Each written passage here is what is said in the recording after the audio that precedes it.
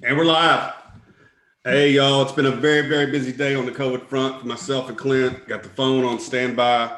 Probably a 45-minute to an hour-long show we're going to do, but could not come on this evening with all the business swirling around the program. Again, we know what tomorrow brings.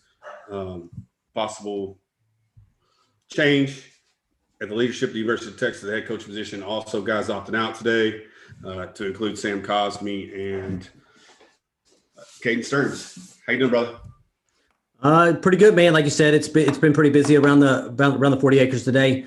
I know you said we know what could take place either tomorrow or next week or the week after that.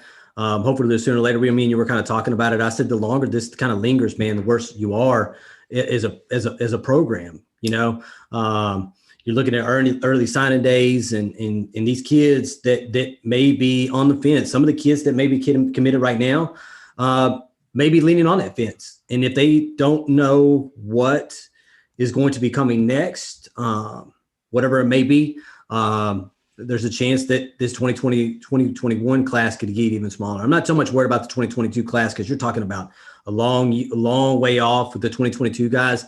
But this 2021 class, that probably has a couple more slots to fill. And depending on who you get in here, man, it's going to be a big deal. Because if you get the right guy in here, it's the program already sells itself to a point. But if you get a respectable college football coach that's come in here, they can garner respect right away, then you're good to go. Really, to this opting out situation, I look at it as, hey, you know what? Each man, these are all grown. They're not kids anymore, you know. They have to make their own decision. And if you think it's your best, if you think the decision is best for you to leave at this particular point with really 2 games against Kansas State and Kansas to make a bowl game, right. with the, you know, so that injury may not be there, whatever the case may be. It is what it is, man. Next man up. Allow some of these young talented linemen that we think that are going to be behind to come in the game. And then with Kaden Stearns, we don't think he's played at 100% the entire season anyway. Let somebody come in and play that. And I think me and you kind of talked about it. Who do you put over there? Is it Chris Brown and BJ Foster plays? Does Chris Brown go play the free and then BJ Foster come up with play the strong safety, or how they're going to do it? We'll see next over the next few days. I don't think anybody else is going to opt out.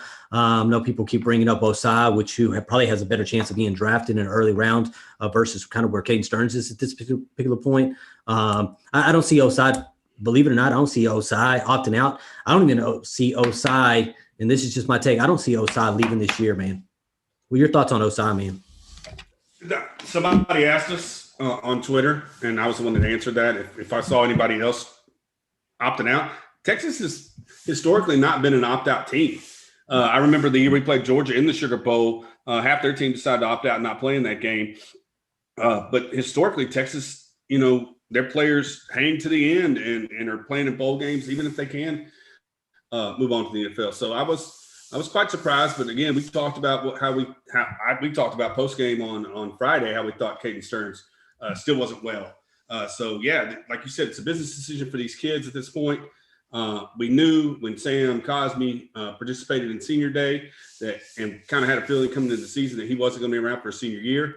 And then once you're not playing for championships, what else is there to play for? Especially in a program like this that prides themselves on playing for championships, and that's the coach's narrative is playing championship football. Once you lost that opportunity, again, these guys got to take their bank accounts into mind, their families in mind, and make the best decision for themselves.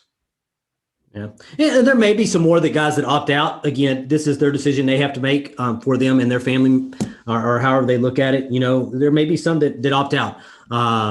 But for some reason, I just think Osai knows where the leaps and bounds he's made this year. And I think if he knows who's going to be there next year, and hopefully it's the same defensive coordinator with a different head coach, I think he understands how much more growth he has in him.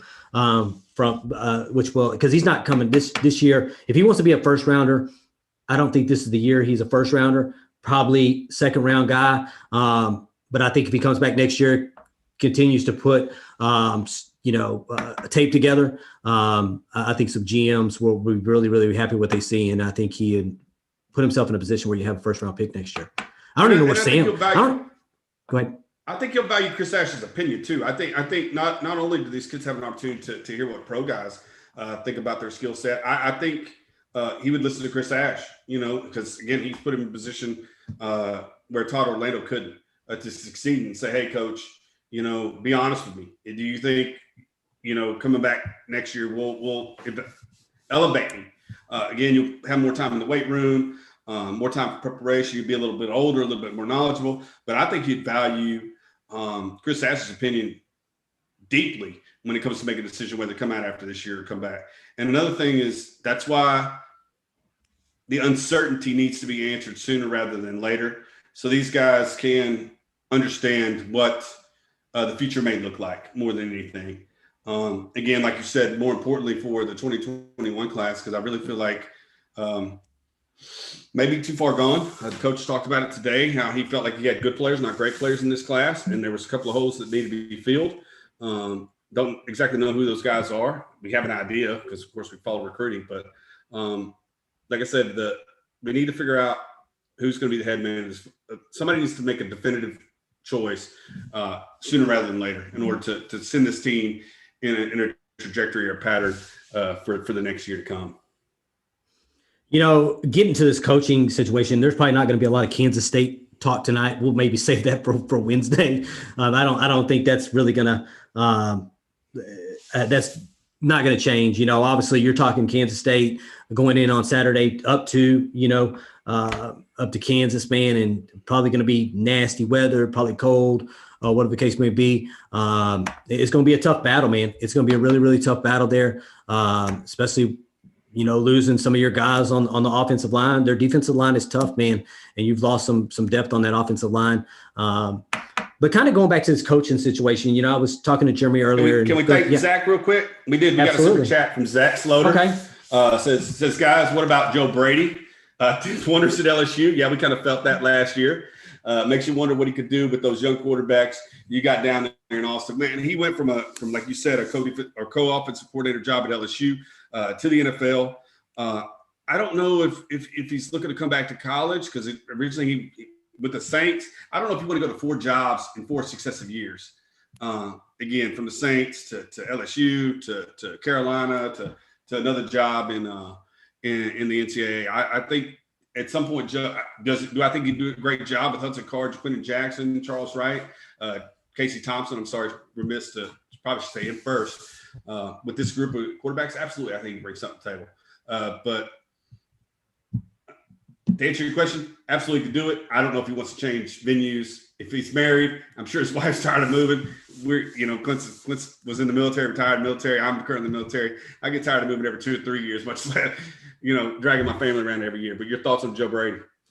Joe Brady, yeah, absolutely. You've seen what he did with LSU. You've seen what LSU was last year, and you kind of see what they are. Obviously, with what he did with Joe Burrow, that obviously was a transfer from Ohio State, who, believe it or not, was a Herman guy. Joe Brady's the real deal, man. I just don't see him picking up and leaving the NFL at this particular point. You're not going to bring him in as the head coach. Absolutely not. And I was going to get to that in a minute, but I'll finish this and then I'll kind of get to that. As an offensive coordinator, absolutely. As an offensive coordinator, absolutely. But as a head coach, absolutely not. And again, I just don't see him leaving the NFL at this particular point. Give him a couple of years there, and then maybe have an opportunity to go coach a group of 5 school or a small Power 5 school. Get into that, and I'm not going to sit here and act like I wasn't on the Tom Herman bandwagon when this thing happened about 4 years ago. But when you go back and look at the history of Tom Herman, I didn't realize that he had only coached 26 games at Houston before he had an opportunity to come to a program like Texas. And that is the situation we've kind of put ourselves in the last couple of coaches. Because if you look at Charlie Strong, same situation. Was at Louisville for a couple of years, was successful. But then you look at Tom Herman, was successful in 2015. He went 12-1, won a Peach Bowl, and then turned around in the next year and went 5-3 in conference in the American. Is that the real Tom Herman? Probably.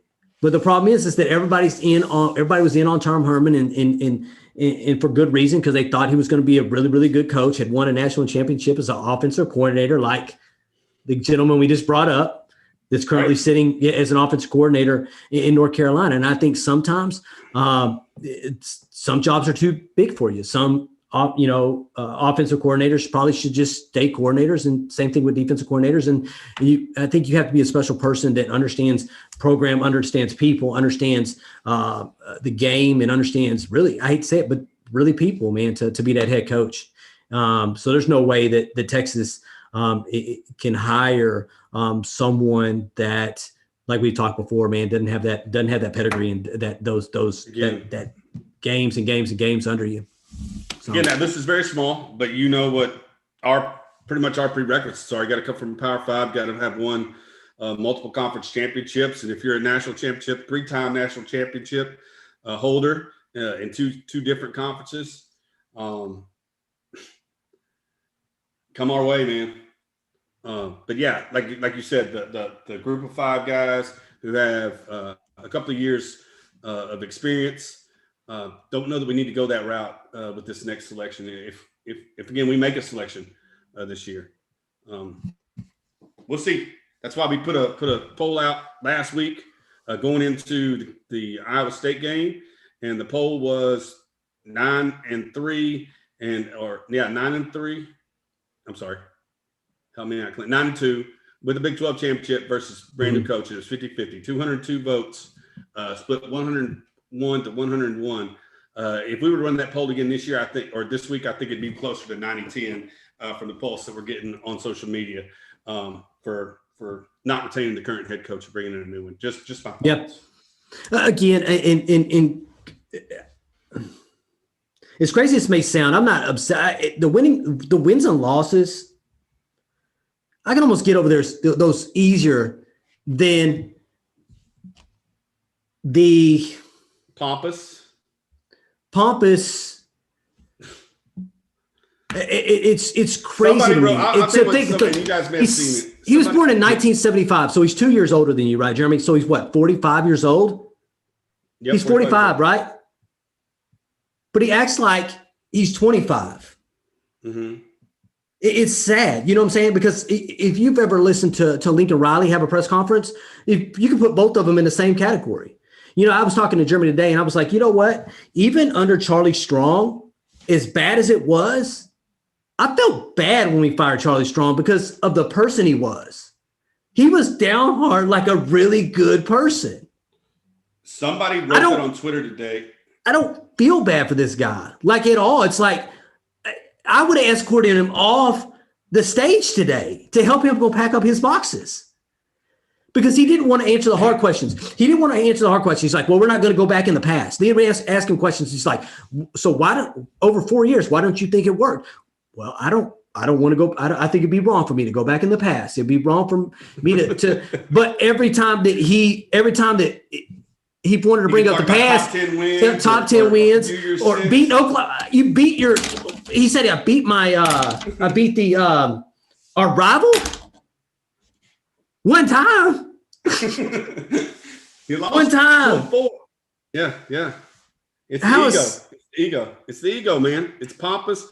It's demeaning. Again, the media asks some crazy questions sometimes, and we've said this before that a couple of those guys who were in that Monday press conference ask some zany ass questions that has really nothing to do with the football team or the head coach or the program for that matter. But like you said, man. Like somebody wrote that in Twitter today, said statistically, Charlie Strong was the worst football coach in Texas football history. But we're going to have a memory of him greater than we are of Tom Herman because of the way that he treated people and the way that he talked to people. And like I said, he wasn't degrading, pompous, his ego. He can't be wrong. And again, can't be wrong causes you to fake punt and not trust your defense.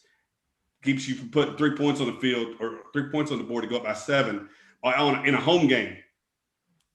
with everything on the line. He was talking about tears in their eyes. He should have been the only one with tears in his eyes because he cost those players a chance to play for a Big 12 championship. Nobody but him caused them players a chance to play for a Big 12 championship this year. And I'll take that to the bank. So it's like, and this is bad. This is bad to say because it's almost toxic. It's almost toxic. It becomes like toxic leadership. You know what I'm saying? It's like, and I don't know how he is with the kids in the locker room. I don't know how he is with them in his office. And that's what the bad part is I'm not a fly on the wall. I can't see it.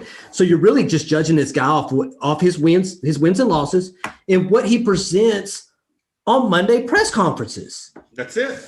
And my wife, it's funny because I've been really studying and I hope to God that it works out because I've been studying Urban Meyer. Like if y'all have an opportunity, go to Spotify, type in Urban Meyer and listen to, what was it called? In the Headset? Inside the Headset. Listen to it, man. You're talking about humility. You're talking about humility from someone that has won 3 national championships, a hell of a lot of freaking conference championships, and still is hungry. And you can tell it each and every time that he does a segment on Fox, or if he's doing the Big Ten podcast that he does each and every week, like on Mondays or Tuesdays after the games, or just do a podcast, you could tell how hungry this guy is.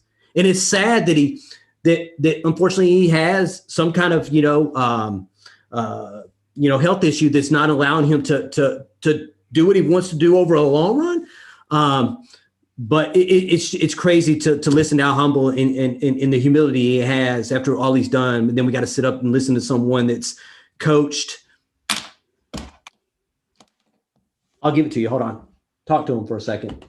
For 6 years, right? 2 in Houston, head coach for 2 in Houston and now 4 in Texas. And Clint, we both listened to this program, and it starts from the basis of your program. He talks about, recruiting and the right types of kids and how he trusts assistant coaches. Somebody said Herman only trusts himself. Well, he didn't learn that from Urban Meyer because Urban Meyer says he never comes in a program and like full slate says, I'm bringing my own guys in. He trusts the guys that are there. He watches the film. He understands. So he talks about from a recruiting perspective about setting his kids up for success. On Wednesdays, they have real life Wednesdays where he says, hey, if you were to not have this, to not be able to go to the NFL, we're going to teach you some real life lessons. Comes from when his daughter was a volleyball recruit and went on some of these recruiting visits. And the coach really didn't think that the university had her best far-reaching future, a long-term future in their best interest. Just the 4 years she was going to play for them as a volleyball player. And talks about how he brought that to the programs that he's taught. And from Bowling Green to Utah, he's coached in every geographical region across the United States and been able to recruit in every geographical region, whether it be, like I say, in Bowling Green, Ohio, and then Utah, and then down to Florida, and then back up to Ohio State. Just phenomenal. Listen, like Clint said, it's about 24, 25 minutes. And it tells you the kind of guy he is. Again, Spotify, Urban Meyer, Inside the Headset. Yeah, Sam Haskins brings up something. He says, Sam G, he's talking to Sam G, Nick Saban has a big ego, and he knows it. Absolutely. He does. You know what I'm saying? He gets a pass for obvious reasons. However, even at 69 years old, he is still willing to evolve, and he trusts his coordinators to do their job. Mm-hmm. And he still will throw a fit. He will throw a fit at 69 years old. Regardless of how much his team is up, he does not deal with mediocre play. Miss assignments or coaching. He doesn't. We've seen it on the sideline what he does to his assistant coordinators if they don't do right. The same thing that Dan Mullen did to freaking his defensive coordinator this weekend in that game. Yeah. Be quiet. I told you what you needed to do. Level, again, when you're at this level, feelings go out the door. And Herman is so sensitive. That's another thing. He reads and watches everything. Because again, like Clint said, he chooses he has revisionist history. Like he only wants to remember part of his tenure here at Texas. The one, New Year's Bowl win or the one win against Oklahoma and forget the 4 losses. Revisionist history. We figured this was going to be where we were headed and we could not do a show because tomorrow I'm on duty and Wednesday we're probably going to do a K-State driven show and then see where we're going from there. And I agree with Timothy Wooten. Wooten. He's talking. I see people talk about Charlie Strong, how good of a person he was, didn't get the chance like Tom Herman did. I absolutely agree with that. And I think what it is, man, when you're coming off of Mac Brown, he got the worst end of it. He really did. You're coming off a successful 10 years into a Mac Brown. You get a championship. You probably you're going for 1A and you probably got 2C. In the coaching order in which you were trying to get people, because your big name, just like it is now, your big name was Saban. Yep. So you go from Saban here to Charlie Strong here. They already felt like they missed out, and then all of a sudden you go 3 consecutive back to back, subpar 500 seasons. You've already. Coming in the door, you already had it bad, but again, yeah, he didn't get the same. He didn't get the same treatment as Tom Herman. Again, I adore Charlie Strong. Hopefully, he's doing great things at Alabama as an analyst, and hopefully, he gets another shot. If he ever wanted to come back to be the University of Texas defensive coordinator, hey, Chris Ash ever leaves, he come on back. I had to do my Terminator duty. I haven't had to do that in a while. You got rid of the Aggie? Like blocking, Jeremy. Yeah. They asked me to. He said he's not going to stop. That's okay. He'll have to log in a different name, start back, because he won't be able to get on that channel with that username. Hey, y'all hit that like button, man. There's 102 people in here, 34 likes. Hit that like button. You know the deal. Yeah. Damn, I didn't realize there was 102 people. 102 Listen to me, people, Vince. Hey, I look up when I get to block people. Yeah, B-vote. I appreciate that. But no, y'all hit that like button. If you haven't subscribed, your first time listening to Texas Football Talk. I'm Jeremy. He's Clint. We've been doing this thing since June. Our family's getting bigger and bigger every time we do this. Got a great group of guys who've been with us from the beginning. They know who they are. KD35, Working Man. I mean, Johnny Munoz. They're all in here. Dustin Smith. Love you guys. Appreciate you guys viewing us again. But again, if you're new here, please hit that subscribe button. If you're in here, and you can hit a like button. If you're not on your phone, hit a like button. Please hit a like button.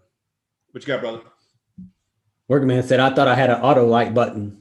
He said, no, Danny said, let it out, boys. We need to talk about this stuff. Absolutely, man. It's crazy because I feel like I've been venting for like 3 weeks, like over and over and over again. And that's what I'm saying. The shit can't come soon enough, man. He was almost off the ledge. Go back and watch last Friday or was when we do our pregame Thursday night. He was better. We did our poll. We saw that on Twitter, at least, the fan base was kind of split. Clint said, damn it, let's go for the championship. Clint was back. And then again, the coach, not the players, the coach failed this university, failed this athletic program, and failed that football team. That's the way I don't see any other way. It fell off a cliff so fast, man. Like it fell off a cliff, like really, really fast. Like it was like, it was like trying to go up a hill in reverse, man. It just, and all of a sudden it was just like, get out of your own way. It's over and over and over. I don't know how it happened so fast, man. It was just like, we went from having the top 5 blue chip team to thinking you have an opportunity to win a Big 12 championship, hell, even have an outside shot to make it to a CFP. And now we're in this situation where your coach has literally done this to himself. Like I said, if he wasn't as bad as he was, if he wasn't as egotistical as what he is, I don't think the record would be as bad as what it is in a COVID year. I gave him a pass. At the beginning of the year, I gave him a pass. For COVID. This guy said that too. He doesn't. The only guy that he trusts is himself because he thinks he's smarter than everybody in the room, and that gets in his way. He thinks he's smarter than Gary Patterson. He thinks he's smarter than Lincoln Riley. He thinks he's smarter than Matt Campbell, and then he gets his ass beat by all of them. Dude, during his press conference, I don't know how Longhorn Network does this, but during his press conference today, I called Clinton. We were on the phone during the press conference. I'm like, did you realize the crawl that just went across the screen? Texas is 2-7 against Kansas State. And again, that's not all him, dude. But you see records like that all the time. 1-4 versus Oklahoma, a losing record versus TCU, a losing record versus Iowa State.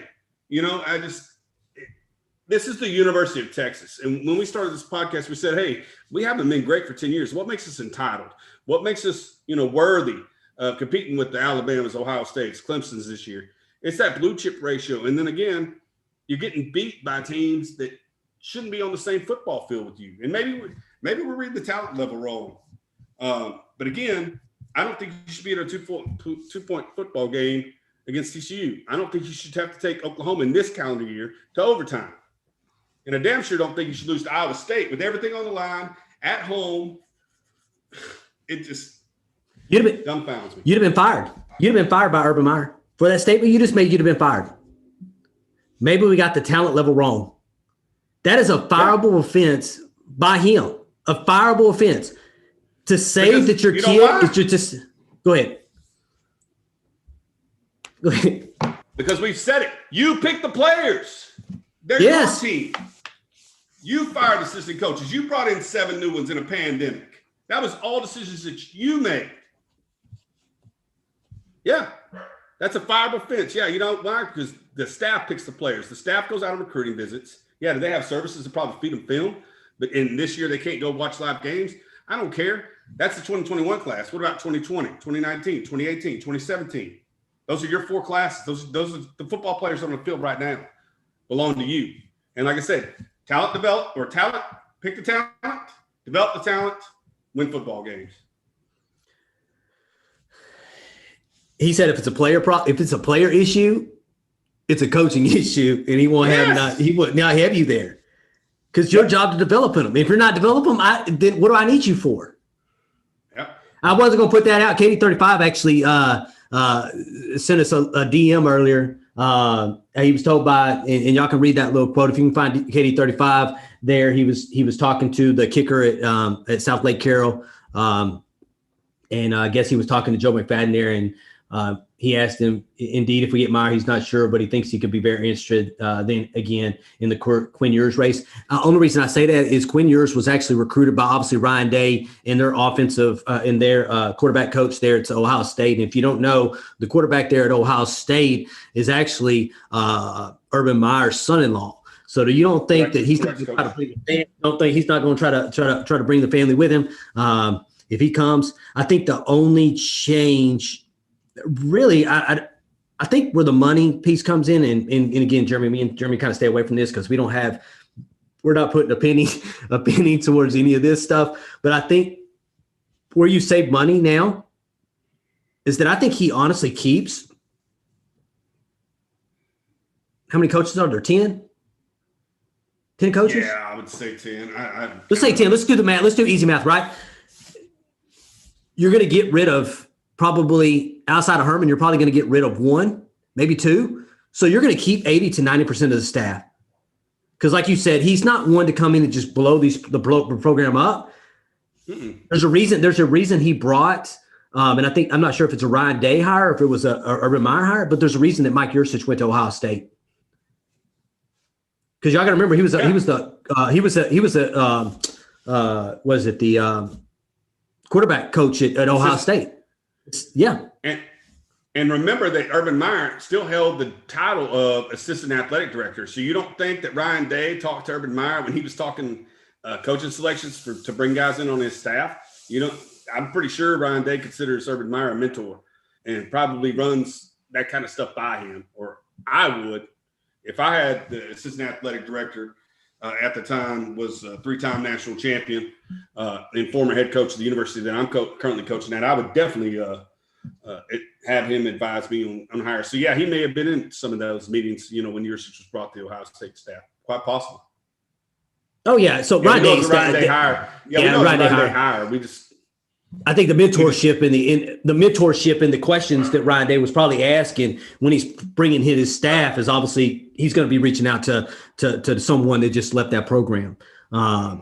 And again, it's not like that Mike Yurcich didn't prove himself in the Big 12 already. I think he just needs an opportunity to be unleashed. Obviously, Urban Meyer's probably going to have a hand. I hate to say it, he's going to have a hand in the offensive calling duties and doing those things, but from a defensive standpoint, he's probably one of the defensive guys that he trusts more than anybody else. already. So that's what I'm saying. That money that for hiring these new assistants is not going to be as much as if it would if you brought a new coach in that was trying to bring all brand new assistants in. Right. Where do we think Tom Herman lands, man? Next job, Group of 5, Power 5, SEC small school like Vanderbilt, or maybe in Iowa State if Matt Campbell leaves to go to another school. He does have ties to Iowa State. Yeah. I mean, yeah, second tier Power 5. Don't see him taking a job at a Group of 5. Somebody wrote Nick Saban. Read this, not in our chat, but Nick Saban coaches rehabilitation program.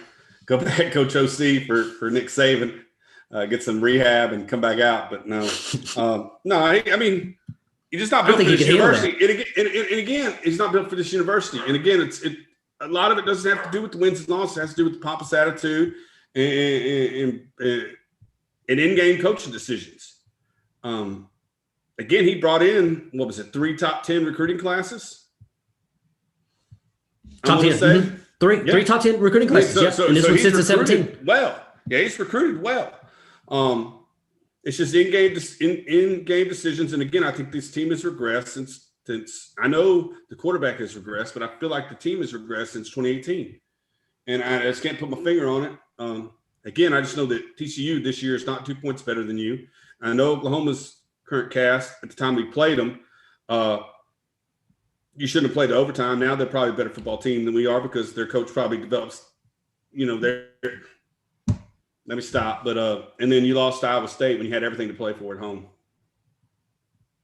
So year-to-year development, in-season development, being willing to change, being flexible, adapting your talent to your scheme, not the scheme to your talent. And then, like I say, just being able to take ownership. It can't be the kids and the assistant coaches and the truncated spring ball and lack of summer camp and this thing and that thing. That's always the reason why your team loses football games, especially when, again, we see for ourselves that Friday was just a piss poor job of in-game execution by the head coach. So get off this, kind of get back to this whole opting out thing. So people want to talk a little bit about Kaden Stearns. Your idea, man, he's got one good year of tape. College tape, his freshman year, right? That's what you would have out of the last 3 he's had, and because of injuries last year and probably injuries this year, and again working in a new scheme like a going from a 3-4 to a 4-3 and has to change and all those other things. Where do you see him grading out, man, NFL wise? What rounds do you think? It's going to again. You got 1 year of good tape, and it's your freshman year. I don't know what kind of combine guy he's going to be. A lot of it will depend on that. 40 time, vert jumps, getting in and out of breaks when they run through the combine drills. He's going to get an invite there. He's not a senior, so he may not get a after the season like Senior Bowl. I don't know if any of those bowls are open to underclassmen. I don't remember. But yeah, it's definitely going to have to be a combine, probably show for him to get as high as 3 and as low as probably 5, maybe. I think because the potential, if you're looking at Brandon Jones, right? You're looking at Brandon Jones. They're a different kind of football player, but Brandon Jones left this program and is doing very well at Miami. And I think if you're grading upon potential, and again, if he can, they know he was hurt his sophomore year, and if they can see the same things that we see on film that he looks hurt this year, and he can get himself healthy, and this may be why he's sitting out the last 2 games to truly get himself healthy, to do these pro days and these combines so that teams can see him at full strength. Again, it's a business decision, but it'll tell. Like I don't know at this point where he's going to go, but I'm thinking as high as 3 and maybe as late as depends on how fast he runs, man, because those minute details mean a lot. Brady was the Charlie guy. He's probably the best sure tackler I've seen on the 40 acres, maybe ever. Players. They are different players, man. I right now I'd put him probably 4 to 6, 4 to 6. But it obviously comes down to his combine, man, because I think the potential's there because you've seen it before. It's trying to fit him in the right system, how he does at the combine, what his 40 time is. Because again, this year he's a step slower. He looks a step slower, than he did. He plays slower than what he did. And I don't know if it's regression. I don't know if it's injuries. But again, 4 to 6, get him ready for the combine, and we'll see where it goes from there. Do I think it was the right decision to leave? Absolutely. For me, absolutely not. I think the only one that probably should have opted out would probably be Sam Cosme. And again, Joseph Osai, if he thought he got a first-round draft grade, would leave. Stearns, you got to respect the guy's his decision on what he wants to do for him, what's best for him. But to me, that was a mistake. I'd come back and for another year and try to put some better caliber tape together. Yeah, again, I think it's a scenario where he doesn't know who's going to be coaching him. He's 2 years away from his best tape. He doesn't know what his senior year will bring. Again, it's his business decision to make. Maybe he already has his degree from UT. Don't really know that. A lot to think about. And again, you can't do the thinking for these kids. But what I was going to say was, out of his 5 picks on the campus, 4 of them occurred in his freshman year, and there's no doubt in my mind he was hurt. He's hurt more than he's regressed. I will say that. And we'll see guys like Montrell Stell, Clint talked about. Again, I don't see BJ moving to his position because I don't think BJ is that center field corner.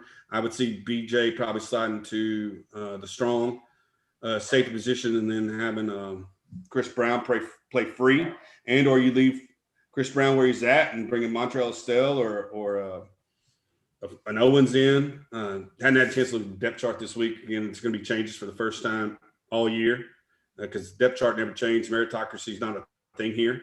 You get your position handed to you after summer and it never changes.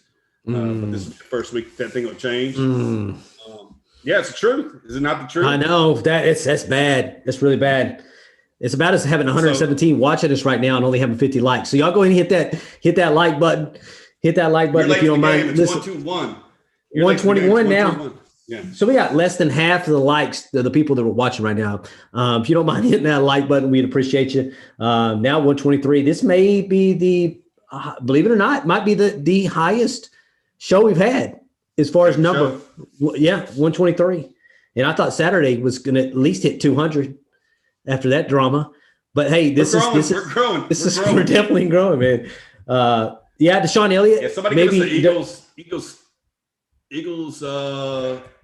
Seahawks score because I don't have my TV on behind me. Mm-hmm. If you guys got an update on that too as well, go ahead, Clint. Sorry.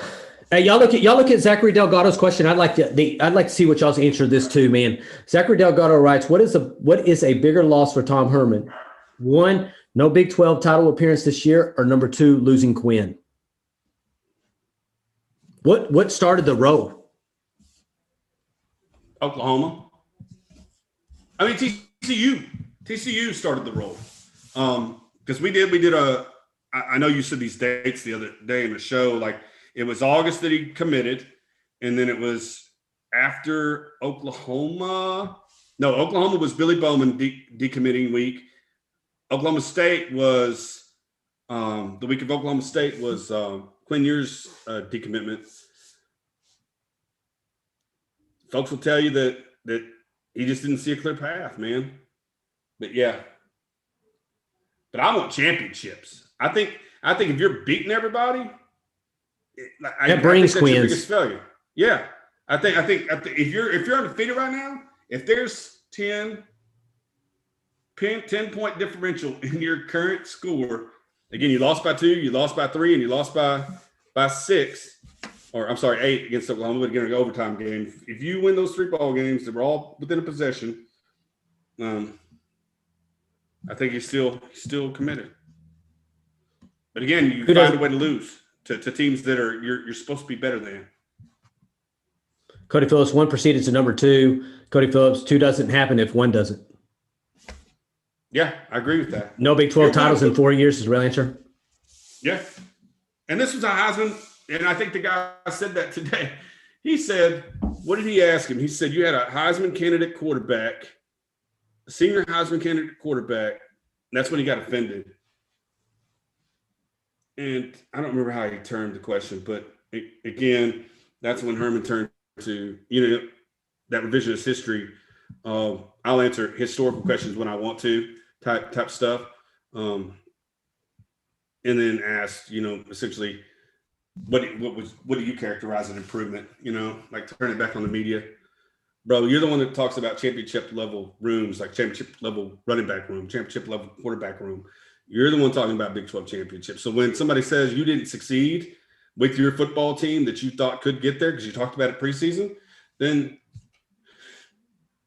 you really can't answer yourself that question in my mind. It's funny you bring up that championship level stuff because how many times has he brought it up this year? Not very many since he lost to TCU. Somebody said Texas Tech is what really started it, and I almost agree with it. You almost lost to Texas Tech in a row, which is Lubbock is. I hate going to Lubbock. But Lubbock with no fans is like a neutral field.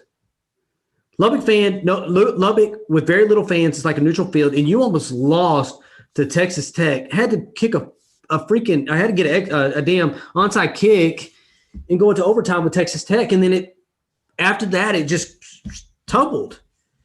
I didn't even think about that. Yes. You've won all your true road games this year. You've lost 2 home games in a freaking neutral site game. TCU home game. Iowa State home game. You can't win at home. And again, it's a different kind of year. There's only 20,000 people in the stadium. But, yeah, you won against Texas Tech on the road. You won against Oklahoma State on the road. You can't win home games. Coach Phillips says he poo-poos on Strong in order to make himself look better. That's what children do. Exactly. Last 4 years. But it's like, we improved what? What did you improve? And then he brings up, well, we beat our rival. Charlie Strong beat your rival too. I still had that picture of him with the golden hat. Yes, with the golden hat in the locker room. You beat him once, Charlie. Ground surfing. Yeah.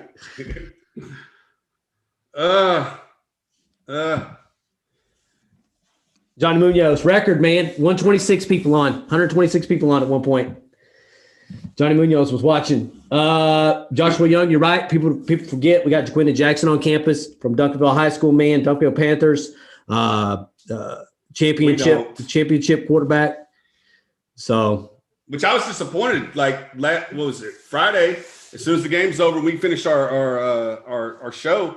I was like, hey, we got Soda and Duncanville on. He's like, hey, man, the game got canceled. So, yeah, we know all about Duncanville, DeSoto, Cedar Hill, Lancaster, that southwest Dallas County area. Again, we're from DeSoto. So, yeah, we definitely haven't forgot about Jaquinta or the guys that are coming out of that region. Again, we got one recently coming out from our alma mater in Byron Murphy, jumping to the 40 acres. Hopefully we can keep him. Gamers Life and Johnny recording records. Yeah. Likes button up to 100. That'd be probably the first time during the broadcast we've gotten over 100 likes. Normally after we produce them, then they get there. But it'd be nice to get them before we go off air. What's up? McCabe, talking about McCabe Lions. I'm excited for Owens. Honestly, me too, man. When you see, we were talking about this. What was it before the season started? Yeah, before the season. They were doing that inside. During on Longhorn Network, and how him standing next to Chris Ash and the other safety brothers out there, how large that young man is. And like you say, we thought spin him down the linebacker a lot, like we thought Zero's flourishing down there. 25, we thought had the potential to spin down and play that position. But he's playing well back at safety. And again, we probably get a lot more playing time seeing him over the next couple of weeks. I'm always been impressed with 44. And again, he's almost like Kai Jones on the basketball team. Very limited high school playing experience. Really picked up the game really, really late. So you're kind of getting almost a novice football player at a big-time program that's kind of a piece of clay that you can mold, that has freakish athletic ability. He's huge. He's fast. You can do high ceiling guy. Yeah. Thank you. High ceiling guy. A lot of potential. High ceiling guy. Talking about Texas should be deep on the roster like Alabama. And I think what happens is, and again, this is just a take. When you know who your coach is going to play each and every week, I don't think it matters how hard you practice because he's so set on playing these guys that have been in his system for so long. So if you're a first or second year guy, if you're more talented, you're playing better than the guy that's been there for 3 or 4 years, he's going to play the guys that are there for 3 and 4 years. So I think that stunts progression. I think it stunts, what we always talk about where these talented people making each other better each and every week, iron sharpening iron. Right. And the problem is when you're coming into, what is it called? What's the smart word for it? Meritocracy. You're not judged on your merits. Yeah, but you're not judged on your merits. It's just the same dude, and the better guy doesn't play because the guy who's been there still holds the job. It's almost like that's the way we did it before kind of mentality. Hey, we're not going to change. We're not going to change. This has always worked, although there's probably a better way to do it. It's that change and I don't get it, man. Again, you could be like that when you're winning football games at a level that Mac Brown did for a little while here, because I won't say UM and Nick Saban. But when you have skins on the wall like they've done, you produce like they do, then systemically the things you've done show to work over time. So no need to change. Change management comes hard probably for those kind of guys. But to not get the results and continue to roll the same play, if it's not broke, don't fix it, but it is broke type deal. Yeah, it makes no sense to me. Yeah, it's different because again, it's not your coordinators are speaking a different language. They're talking about players. Insanity. Continue to do the same thing and expect different results. Yeah, thank you. You're talking, but it's funny because you have Herman in the middle, right, and then you got Chris Asher and you got Mike Yurcich here. And if you listen to the guys' press conferences at the beginning of the year or when they were hired, they talk about players and not plays. But your coach almost is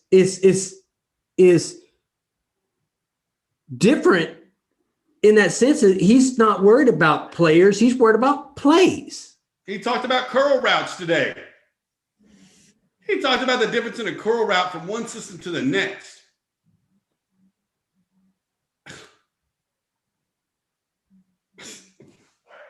I don't know. I see plenty of route trees. Maybe I don't know. Victor Santiago brings up a great point. Very good point.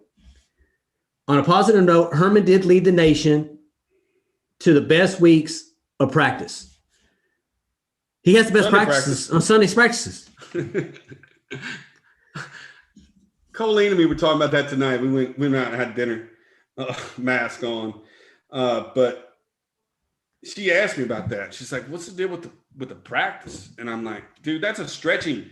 When he's talking about these guys got a 45-minute practice, they're just working the soreness out. Nobody's hitting anything. Nobody's doing anything. They're just kind of getting down in their 2-point, 3-point, 4-point stances just to get all the lactic acid out of their muscles. They're not practicing anything. I mean, that's just, oh, man. And we don't have press credentials. We're not there. But, yeah, I don't know. Where's it at? So Sanji says, I foresee a mass exodus in the transfer portal. Not at all, man. I think you're going to have your guys that go just like any other program. But the good thing about the transfer portal is you get them back. You can get some other guys back, meaning that everybody has a free year of transfer now. So even if you don't pick guys up on the recruiting trail, you get the coach that you want to get. You may not get the guys on the recruiting trail, but people will put themselves in the transfer portal, get their one transfer to try to come fill positions for you. Get that waiver. Yeah, because those waivers are coming. No, so they're free now. Automatically, everybody gets one. Yeah. That's what I'm saying. So there's no more worrying about, hey, am I going to get granted permission to play this year? No. You go in that portal, you select Texas, and you're on the field the next week. Insert schooler, insert black. You know what I mean? You need linebacker. You need linebacker. Put your name in that. Come on. It's like free agency now. They're going to all hop on a plane and get COVID to get down here. Yeah, it's almost true. Yeah, you may not get the 18, 19-year-old guys, but you may have the 2 or 3 year guys that with Big Ten, ACC, and SEC experience who want an opportunity to play with the 3-time national championship coach. in a program like the University of Texas, who, again, has everything to offer. James Wisdom asking us, will we get Urban Meyer? Currently, my take on it is you haven't heard Urban Meyer come out with all the speculations happening. I told y'all on Sunday, was it Sunday or Saturday or Sunday when we had that show and we were talking about it's not a big deal when it's local media asking these questions. But when you see the national pundits start coming out and putting stories together, that's when it becomes really, really big. And if you don't see a coach that's coming out and saying, because he's come out before and said, no, I'm not coaching anymore. I'm not doing it. Hey, I'm happy with what I'm doing. You haven't heard that yet. And this has been going on for weeks now. So that's kind of where I'm at. Do we have any insider information on Urban Meyer coming? No, we see the same things that y'all see on Twitter and in stories. And it was 5 and 11, and then it went from 5 to 12, and then now it's like 22 million total. He's got $12 million from him a year, and then 10 million for his assistant coaches. So you're talking about $1 million average. If there's 10 coaches on the assistant side, that's $1 million a coach for his assistants. Somebody said they need to put the university up mortgage. These guys are hilarious. Somebody said, "Can we get a coaches portal?" They want a coaches portal. They're talking about Sunday practice. They're talking about what else did he say? Victor Santiago said, "Winning is hard." Herman and Adams Apple came back with Victor Santiago getting fired is hard. Not at this university. Not if you go 7-3. Green Valley 6, I love Texas, but with the line this week, with Kerstetter out, Cosme gone, do we win this week? If we lose, do you see Herman being gone by Tuesday? Hell, I'm hoping Tom Herman's gone by tomorrow's Tuesday, not next week's Tuesday. Again, for every day that goes by, and you got me and Jeremy up here talking about it. You have national pundits sitting here talking about it. It does not go away. It's not going away. And people keep saying, well, they're not going to get rid of him. There's no way they can get rid of Tom Herman this year because of the money. There's no way you cannot fire Tom Herman at this particular point. He asked me this 4 months ago. Hey, during the COVID season, the money's tight. Infrastructure's not there. We're building a new piece of the stadium. And I told him flat out, you go back and watch 4 months when we did our Herman on the Hot Seat #1. Before the season ever started, only because we felt like if they didn't get to a Big 12 championship, exactly where we are 4 months later, that we were going to be having the same narrative. And I told him I don't think it mattered then, and I don't think it matters now. These guys, again, I think it has to do with attitude and more than it has to do. It's definitely results driven. Don't get me wrong, but it doesn't help. Again, when you have a bad performance on Friday or Saturday, in this case Friday, and then you have an awesome Sunday practice, but then you come out on Monday and treat everybody like they're the dumbest thing since a box of rocks, and you're the smartest guy, and you don't take accountability for any of your mistakes. It makes it easier for us again. Charlie Strong will have a higher place in most Texas fans' heart than Tom Herman will exiting the door in my mind. Yeah, it's how we're losing. You're absolutely right, Dustin Smith. 3 things here, man. 3 things. I'm loving this chat tonight, man. Yeah, they make me laugh. Caleb Goodman said, go get Urban. Texas got the money. Nate Randolph said, if they lose to Kansas State, Chris needs to meet Herman at the airport and fire him when he lands. Hell no. He needs to meet him at the airport and tell him he needs to get on another plane. Oh, man. If he loses to Kansas State, he need not get on the plane and come back. He needs to go to his vacation house, wherever that may be. And then our Johnny Munoz, he's BMD, right? He says, CDC, give me your Cash App. I'll help pay some of that buyout. That's Johnny Munoz, BMD Munoz on here. Oh, man. Hilarious. What did Boo say? No, I was reading Noah Ford. I didn't know that. Lady King was one of the first kids we talked about because when we started the show in June, that was he committed and pretty much decommitted within a month of us starting the show. So we were really high on him, did a film study on him, talked about him. I didn't realize that Mike Gersich should call him stupid. Like, I don't know that that's the case, but if that's the case, it's not right. It's never – and again, the mean kids, That's that. We don't do that on this channel. Can't throw him off the plane. Mensa for the win.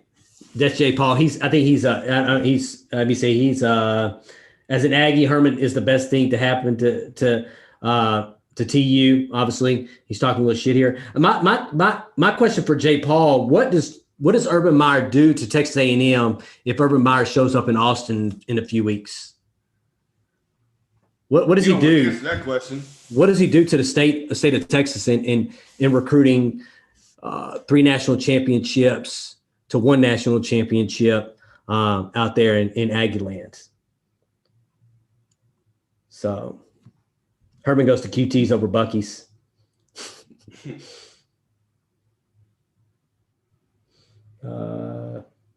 Yeah, like it's not a given. Like the team that just beat that team 45-0. So I felt pretty good after that result that we were going to have a pretty easy time at K-State. But like you're saying, with the opt-outs, with the turmoil, with the offensive line being 3/5 what it normally is, and Kerstetter again on the men, so we don't know if he's going to play. So your experience is Angelau, and they're not really experienced, but Okafor, Angelau, and Christian Jones, and he's going to have to move to the other side. So, I'm not so sure we're going to win that football game either.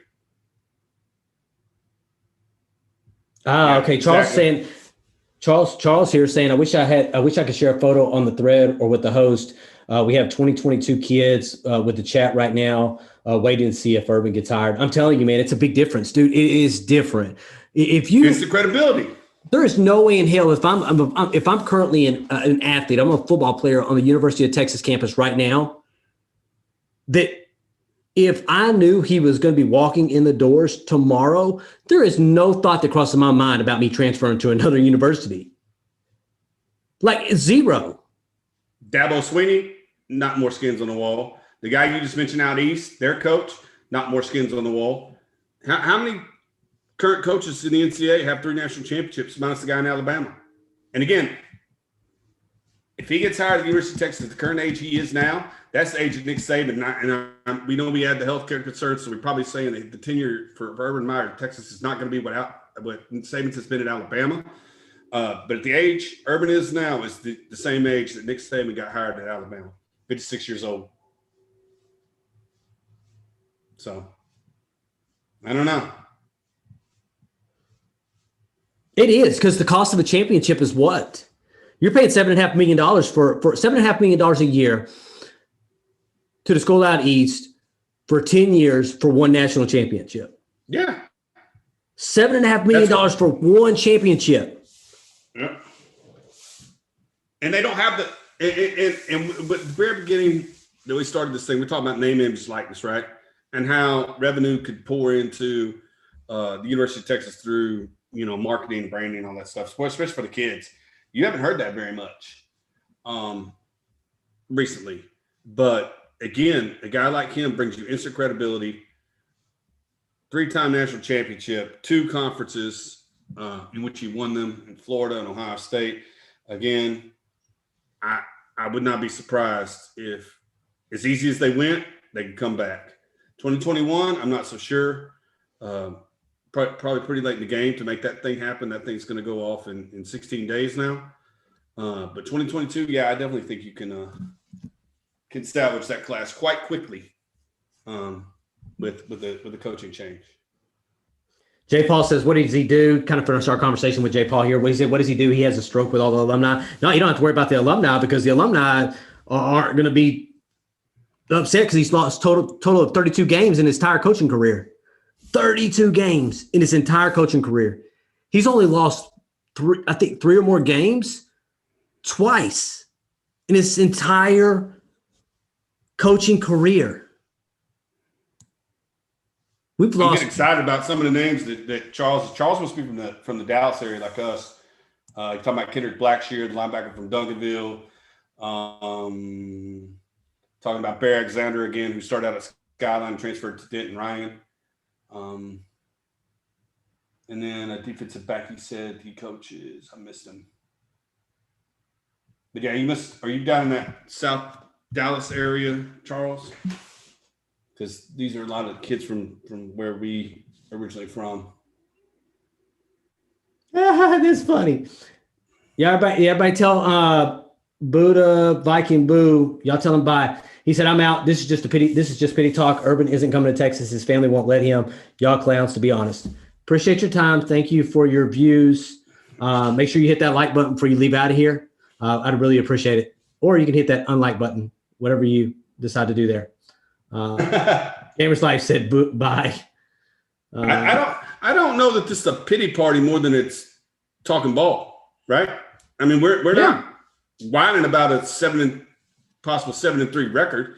We're guys that are talking about the future of this program in a very analytical and thoughtful way, Mr. Buddha Viking Boo. So yeah, nobody's crying. Nobody's going to be upset if Tom Herman leaves. You know, we may be crying if he stays, but I don't think that's where we're headed. But we'll see. Oh yeah, he's the coach in Plano.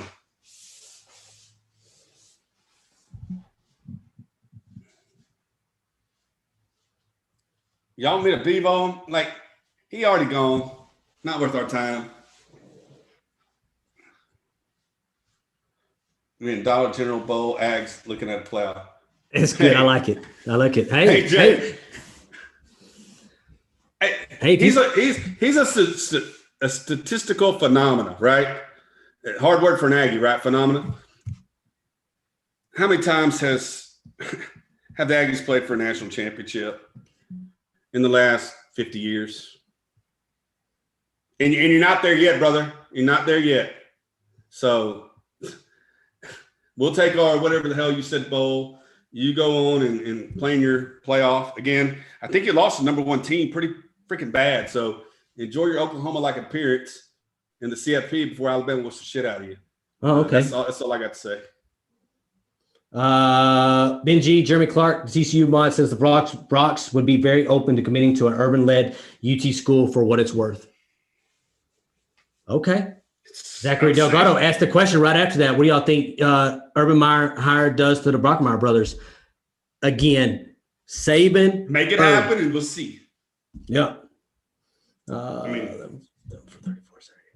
I think it brings instant credibility. I don't think we're talking about retaining coaches. I don't think Herb Hand will be one of those. If hypothetically, if Urban Meyer does come to this university, Herb Hand, I don't think will be one of those. Be one of those guys that he retains. And even if it's a different guy, I don't think he's retainable. Just my thoughts.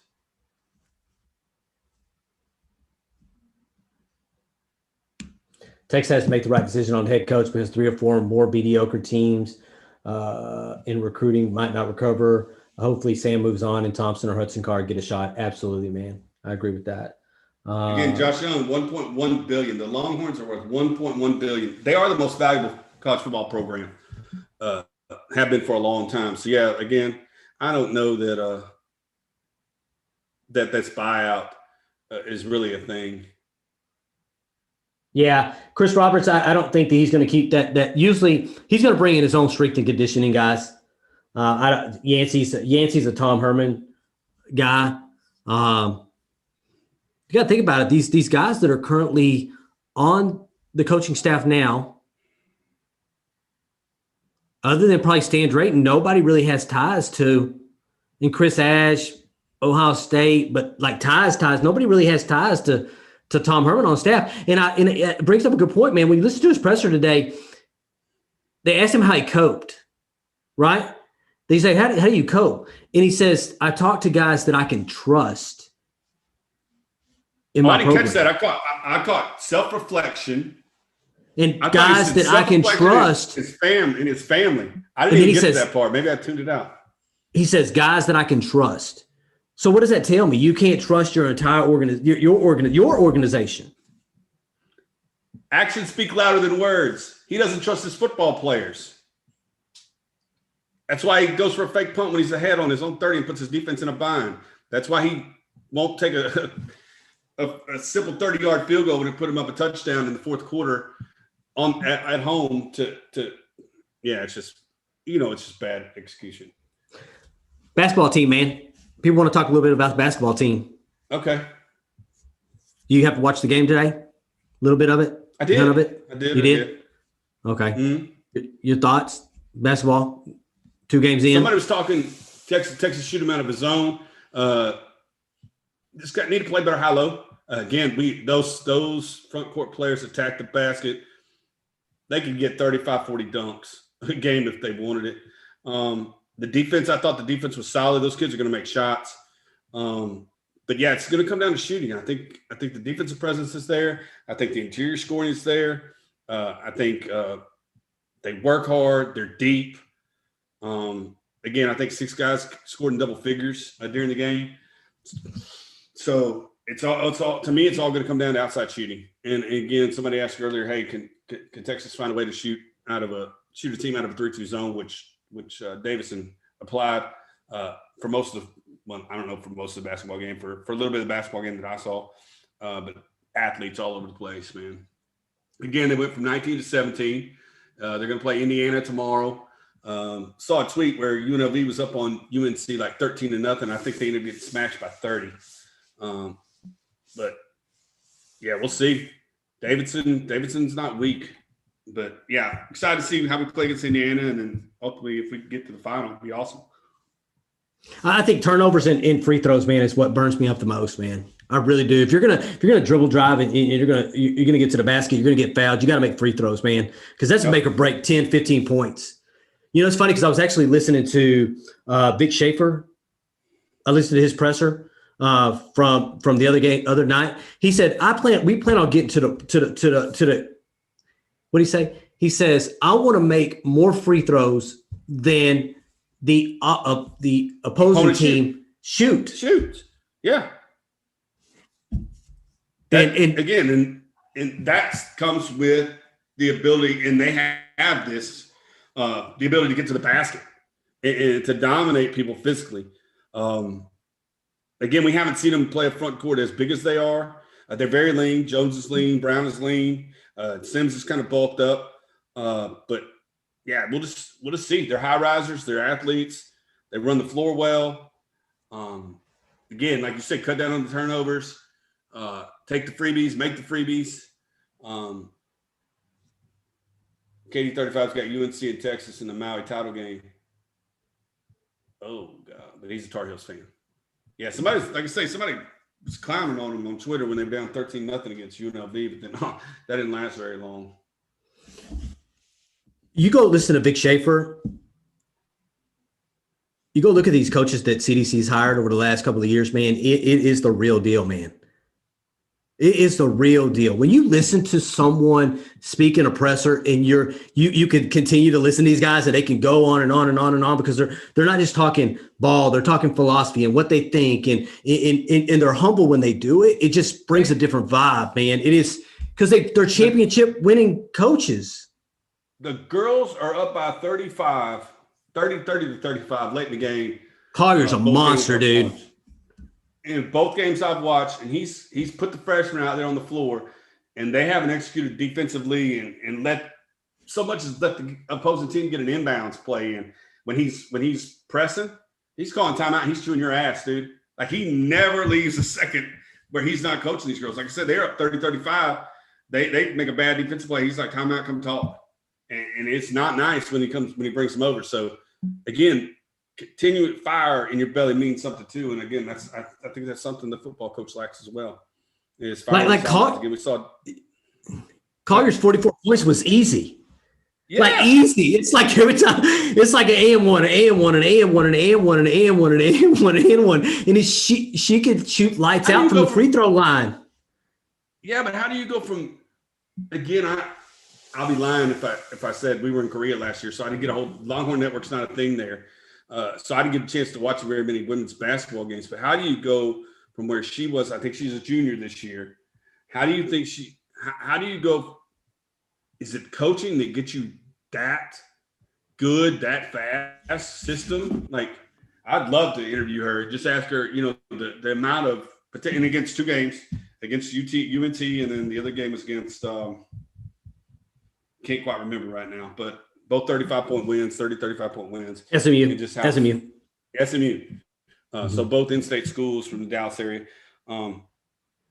the rapid ascension and progress that she's shown from last year to this year and what she credits to probably hard work, Big Schaefer's program, her teammates getting the ball inside. But yeah, she's brilliant.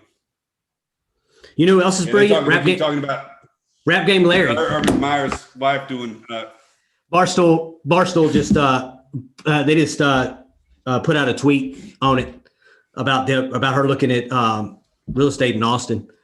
If you're not following Rap Game Larry, y'all need to be following Rap Game Larry. About the whole chat. Yeah, I think the same thing with on the men's side of basketball. I think a 2-point game you would have lost last year.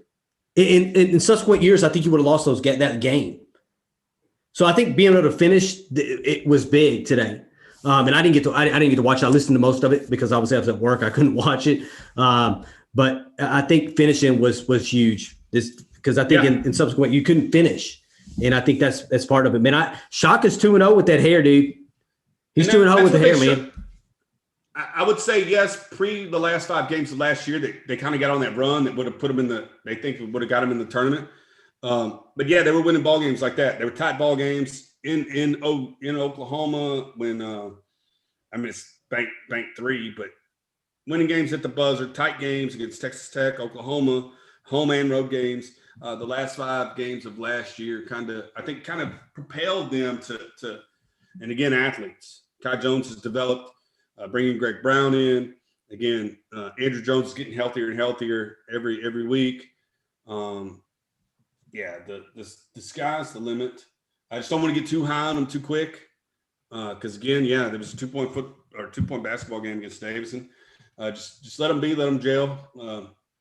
Floor time is what they need, and see what they're at. I think they'll be much better at the end of the season than they currently are. I think their growth rate will be exponential as they play more basketball games together. And winning is hard. You're right, Daniel. Winning is hard. Yeah, we've talked about it. We've talked. Somebody's talking about. Do you think LHN? Do you think the Longhorn Network? This is Green Valley 6. Do you think the Longhorn messed up Texas football when we came into it? It is when we started going downhill. Absolutely, man. I've talked about that ad nauseum in multiple podcasts. If I'm Urban Meyer, there's one thing I'm gonna say. I'm gonna coach this football team. I'll give you 1, maybe 2 shows a week. But I'm not doing fast forward and reverse. I'm not doing them. Yeah. Rewind, overdrive. I'm not doing them. Radio show. No, I'm cool with Craig Way's radio on Thursday night. Press game show. Craig Way on Thursday is a radio show because that's old school college football, Right. The radio show thing. I dig it. Right. Presser Thursday, but reverse, rewind, overdrive, and all those other things. No, if you want to do those, you can't do them. And if you want to turn those maybe over to one of your coordinators or something to do one and one or however they want to do it, I'm okay with it if that's what the Longhorn Network has to do, put shows together. But they need to focus on football. These shows and all these things that he's got going on. If I'm Urban Meyer, I'll be like, I'll give you 2 shows, man. Radio show and a press conference on Monday. Other than that, leave me the hell alone. Let me get this program back to where it needs to be, and then we'll think about doing reverse and rewind. Question for you: how long? And we're just speaking speculation, and hopefully it turns into reality. How many years do you think he signs a contract for? Initial 3. 3 years. Yeah, I think he needs a couple classes and I think if health is good and Shelly's happy and we're all hypothetical in here. That after year 1 or 2, if he does like where he's at, I see an extension in the first couple of years. If both sides are feeling good about it, but I think 3 is probably where he's going to feel comfortable. These guys are saying 4 and 5. Some are saying 3, 4, 5, 4, 3, 4, max 5. That's what I'm saying. Max that he'll be here is 5, I think. So that initial contract, I'd be like 3. And then probably some verbiage on year 4 and 5, both from the administration and from him saying, hey, here, if I decide to leave, then I'll give you this. But if it's health, I think there's going to be a lot of clauses in there because of his health. So initially I'm thinking three at 333 would be 11. Probably 3 at 36. I think it's going to be in that left 11 to $12 million range. If you get him at 33, I think it's good. Some guys are saying 4 years, 55. That's a big number. 55. I'm at a 4 year 55 almost. 4 year 55. I'm at 4 years 55. I think somebody said it right. 4 recruiting classes, turnover. Yeah. And you bring your coach and waiting in like he did with Ryan Day. I think it has to happen like that, man. And I think Saban is probably going to do the same thing. It wouldn't surprise me. I don't know if they would go for this, but it wouldn't surprise me if Sark didn't stay on there on that Alabama team until Saban left. Honestly, it's one of those things, man, where I think you have to have that consistent turnover with somebody that's been in there, that knows the culture, that knows the kids, and I think they have to stay there. So I'm going to say 4 years. I'd say 4 years. 4 years, $50 million. Obviously, he's trying to get big money for his assistant coaches as well. But I think 4 years, man. The more you pay him, again, I don't think money's really a thing at this university. But the more you pay him, I think the less you're going to have the opportunity to sign guys that he may want long term for longer than 1 to 2 year contracts. Just I don't know. I'm not a negotiator of football contracts, but I would think the more upfront money and the money that you spend on one, the university be less hesitant to. I don't know if there's a big pile and they say, hey, the head coach is going to get this, and the other 9 of you are going to split up this number. I have no idea of how that worked, but. Walt said stoop to Riley, same thing. I'll give Oklahoma did a really good job at that, man. Yeah, passing the baton, man. Succession plan, man, and I think that's important. And unfortunately, the way that MAC happened, there was no succession plan. There got blown up, talking about they're going to bring Muschamp as a coach in waiting, and then he leaves and goes to South Carolina, and then it was a whole fiasco with that situation, man. But yeah, I don't want to be all. I don't want to be 100% all in, man. Where there's smoke, there's fire. You hope it's good fire. You hope it's good smoke. You hope it's building in right. But again, you have to have a good plan B, man, just in case some shit doesn't work right. You do. Right. And we've talked about some of those. We've talked about some of those plan Bs, you know. I don't think there's very many of them. There's not very many at all. We'll probably 3. Yeah. Total. We talked about that on Friday afternoon. We'll probably talk about that more on Wednesday. Hopefully we don't have to. Hopefully some stuff goes down over the next couple of days.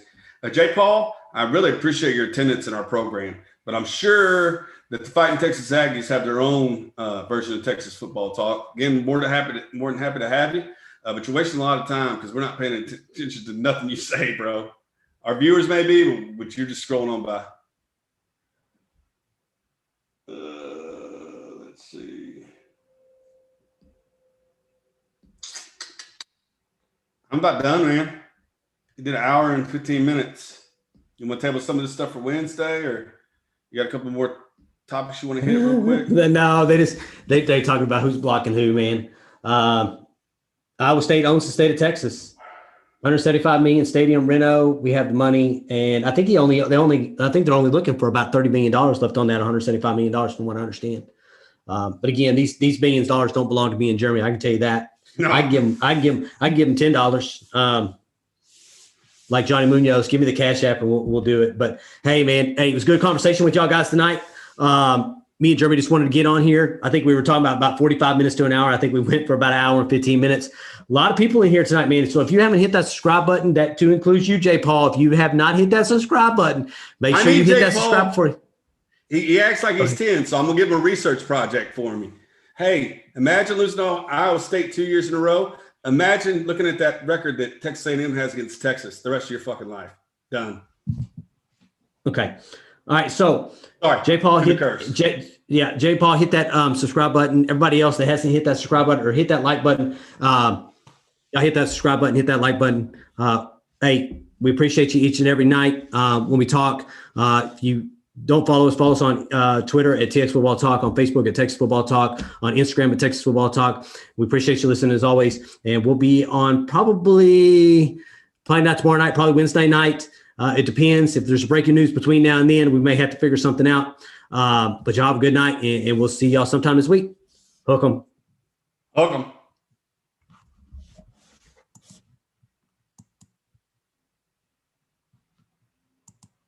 Boom. Good show. 126. Damn.